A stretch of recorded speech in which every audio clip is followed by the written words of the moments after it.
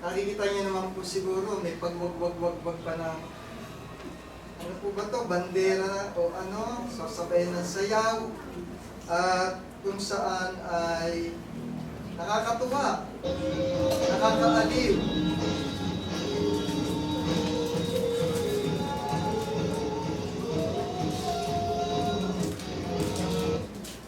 At ito pong panghuli ay, ewan ko kung ito po ay nararapat, sorry.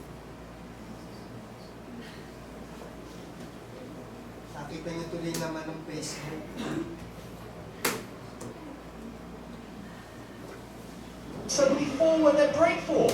This powerful moment happened during a Christian ministry service. Some Christians call this being slain in the Spirit, falling under the power of the Holy Spirit. Scripture says, test everything and hold on to what is good. Is it biblical? Could this be a genuine work of the Holy Spirit? What do you think? Comment below. Why do people suddenly fall when they're prayed for?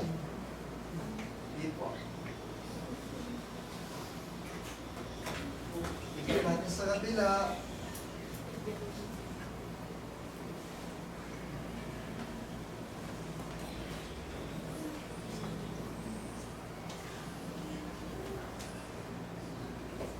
Yung pong pinakita ko sa inyong video ay ilan lamang po yan doon sa mga nakikita ko araw-araw sa Facebook, sa actual, sa mga mall, sa kanilang mga kongregasyon na kung saan ay ginagawa ng karamihan.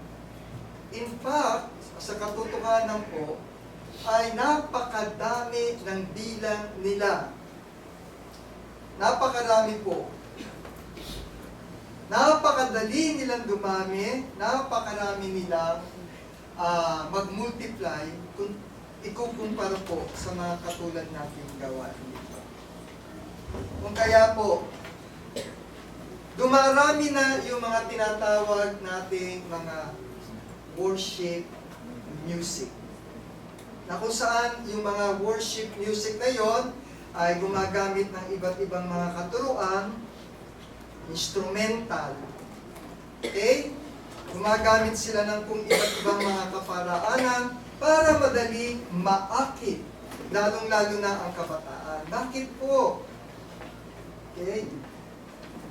Ito po ay gawain ng mga pagano noong unang-una pa. Kung paano sila nag-worship sa kanilang mga sinasambang mga estatwa o iba't iba pa. At sa panahon natin ngayon, maraming kaisipan na ang tumatanggap po nito.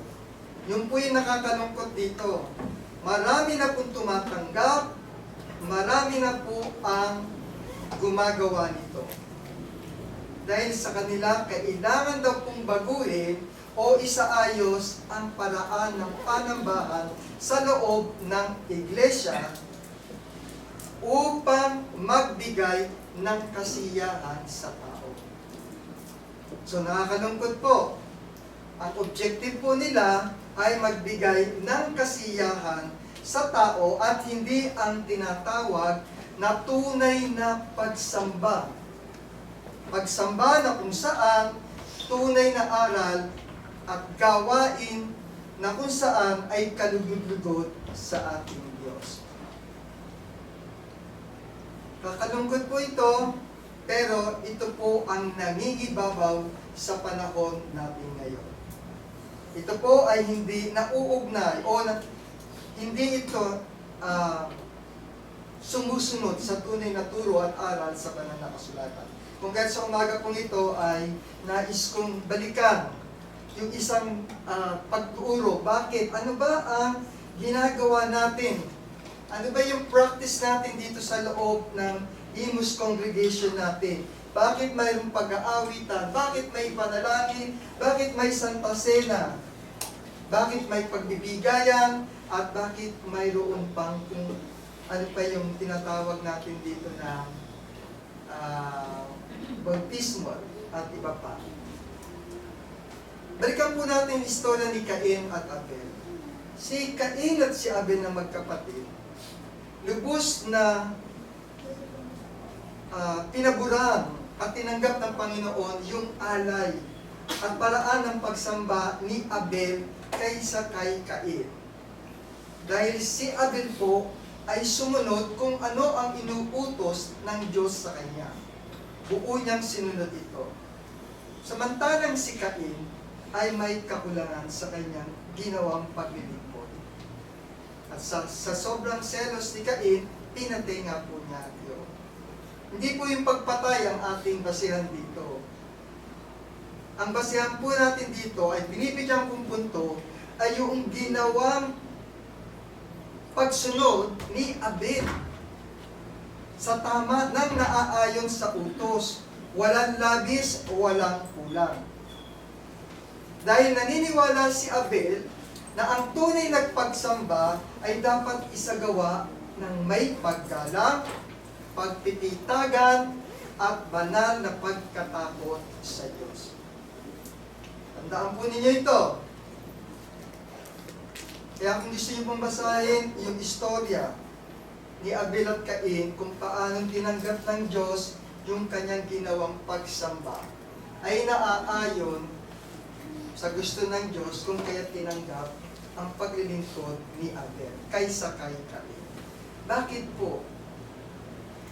Nakasulat sa banal na kasulatan na kung saan sa Hebreo 12:28, malinaw po sinasabi, kaya't yamang tumatanggap tayo ng isang kahariang hindi matitinag, tayong magpasalamat at sa pamamagitan nito ay makapaghandog tayo sa Diyos ng pagsambang kalugod-lugod sa Kanya. Brother Nelson, kalugod-lugod naman po yung ginagawa naming pagsasayaw. Sino ba naman ang hindi matutuwa, magaling yung aming mga pianista, mga drummer, mga gitarista?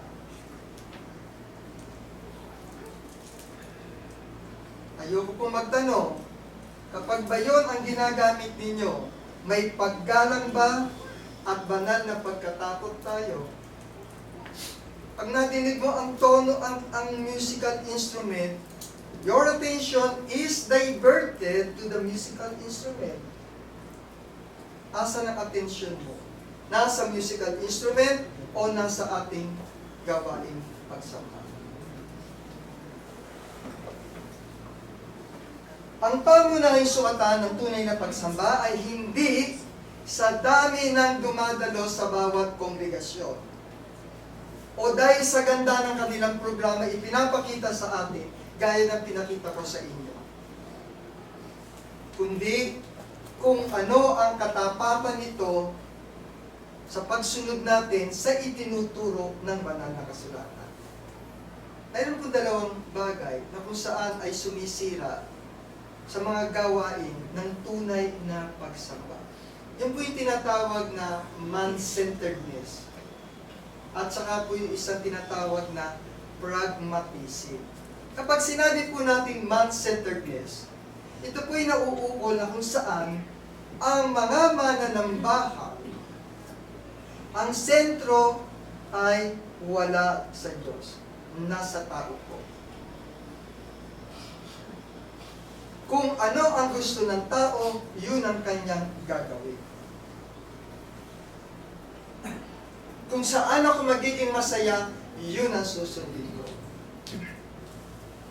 Yung po yung tinatawag na man-centeredness. Ang alam po yung tinatawag na pragmatism. Ano yung tinatawag na pragmatism? Ito po yung tinatawag na kung saan, uy, ano ba ang in? Ano ba ang trend? Kayong mga kabataan, magsama kayo ng puro kabataan. Gagawa tayo ng grupo dito, gagawa tayo ng ganitong mga activities. Marami tayong programang gagawin. Iba't iba. Gawain na kung saan ay maraming naaakit, maraming nakikinabang, at magiging maganda ang resulta sa mga tao. Pero kung ba kayo lang na ganitong mga gawain,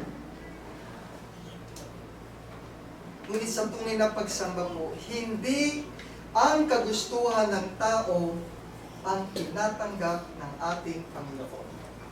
O ang magandang resulta nito